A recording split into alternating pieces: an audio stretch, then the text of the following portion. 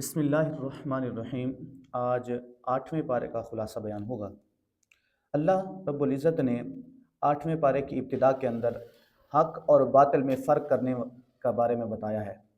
کہ اللہ تعالیٰ نے انسان کو یہ بصیرت عطا کی ہے کہ حق اور باطل میں فرق کر سکے، کیونکہ جب ہم کوئی گناہ کرتے ہیں یا کوئی ایسا عمل کرتے ہیں کہ جس کے اوپر گناہ ہوتا ہے یا وہ عمل باطلہ ہوتا ہے تو ہمارا دل ہمیں ملامت کرتا ہے، ہمارا ضمیر ہمیں بتاتا ہے، بھلے ہم وہ عمل کر کیوں نہ رہے ہوں لیکن ہمارا ضمیر ہمیں ملامت کرتا ہے کہ یہ بطلان والا عمل ہے۔ اور حق پر جب ہم عمل پیرا ہوتے ہیں،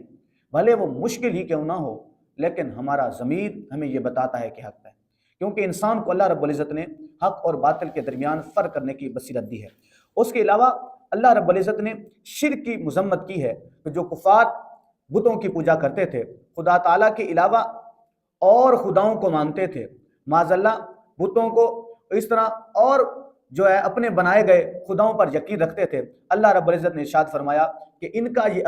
عقیدہ باطلہ ہے اور یہ اپنی گمراہی میں مبتلا ہے، ان کے لیے دردناک عذاب ہے۔ اس کے علاوہ رسالت کے انکار کے حوالے سے بتایا کہ وہ کفار مکہ حضور علیہ الصلوۃ والسلام کے معجزات کو دیکھ کر بھی وہ حضور علیہ الصلوۃ والسلام کی رسالت کا انکار کرتے۔ پہلے کہتے کہ ہمیں معجزات دکھاؤ، یہ معجزہ دکھائیں، یہ معجزہ دکھائیں، جب وہ معجزہ ظاہر ہو جاتا تو وہ معجزے کے باوجود بھی آپ صلی اللہ علیہ وآلہ وسلم کی رسالت کا انکار کر دیتے۔ اس کے علاوہ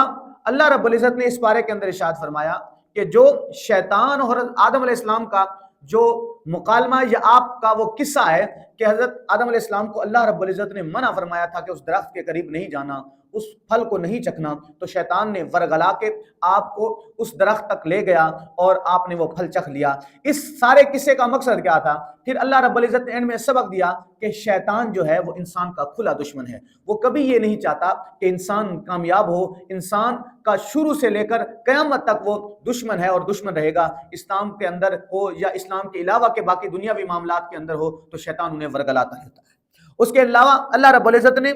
دنیا کی حقیقت کے بارے میں بتایا کہ دنیا کی حقیقت کیا ہے۔ دنیا ایک دھوکے کا سامان ہے، کوئی دنیا میں ہمیشہ کے لیے نہیں آیا، یہ دنیا امتحان کا گھر ہے، اس کے اندر آزمائش ہوتی ہے، لیکن کامیابی کن کے لیے ہے؟ کامیابی اس کے لیے ہے جو اللہ اور اس کے رسول کی اتباع کرے گا، کیونکہ اللہ اور اس کے رسول کی اتباع ہی وہ کامیابی کا سرچشمہ ہے۔ اس کے علاوہ انبیاء کے قصے بیان کیے کہ نبیوں کی امتیں جب نافرمانیاں کرتی تھی تو ان کو کس کس طرح کے عذاب آئے، تو ان کا ذکر کر کے، ان قصص کا ذکر کر کے اس بات کی طرف اشارہ فرمایا کہ اگر تم انہی کے طرح کے عمل کرو گے تو تمہیں بھی عذاب ملے گا، لیکن عذاب میں فرق کیا ہوگا؟ انہیں دنیا میں عذاب مل گیا، تمہیں آخرت میں ملے گا، کیونکہ حضور علیہ الصلوۃ والسلام کی ذات کی وجہ سے آپ کو دنیا میں اس طرح کا عذاب نہیں آئے گا جس طرح کا باقی قوموں کو، کیونکہ جب بھی وہ گناہ کرتے فوراً ہی انہیں جو ہے ہدایت کی تلقین ہوتی، اگر وہ ہدایت پر عمل پیرا ہو جاتے تو ان کو کچھ نہ ہوتا، اگر وہ ہدایت کا انکار کرتے، اتباع کا انکار کرتے تو ان پر فوراً عذاب آ جاتا۔ اس کے آخر میں اللہ رب العزت نے گناہ اور سرکشی کا انجام بتایا ہے کہ جو اللہ کی نافرمانی کرتے ہیں، اللہ کے رسول کی نافرمانی کرتے ہیں، ان فرامین کو جھٹلاتے ہیں کہ جو فرامین اللہ رب العزت نے عطا فرمائے ہیں، اور ان کا انکار کرتے ہوئے ان کے مخالف چلتے ہیں تو ان کے لیے دردناک عذاب ہے اور اس میں ہمیشہ رہیں گے۔